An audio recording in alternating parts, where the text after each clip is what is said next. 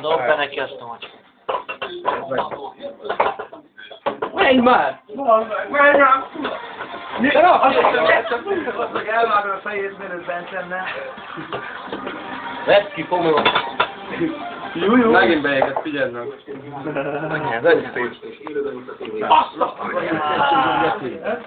Ez mi volt? Anyám! Elkapta, Keci, elkapta! Ez meg Geci elkapta! Fight! Ezt nem is láttam, hogy kaptál volna. Figyelj, már fejét fogja. Mondja végig. Marti, beszaladtál volna. Kicsit többet játszott volna vele.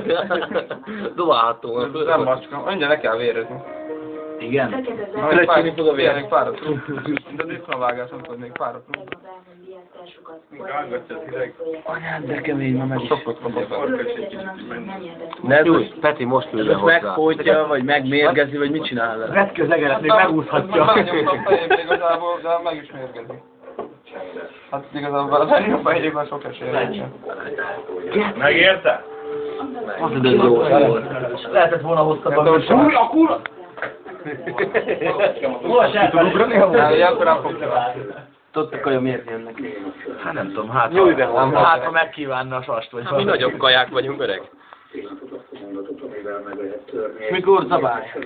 Tedd már Nézd meg a fogárat. Nehogy teszem. Ne árnyékoljatok.